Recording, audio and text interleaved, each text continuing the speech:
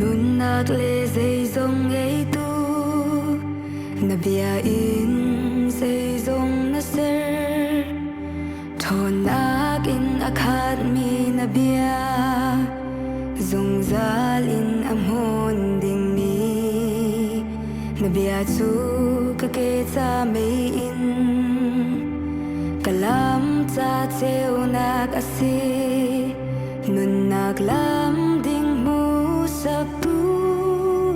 na bia in nun nak na pe na thi sen in swal man na liam na fa si ding na ka thim zung zal nun nak na ka pe kan thang chat lai khwa ro har lian ngan boy kan biak lai a lian ngan siang pasha kan nun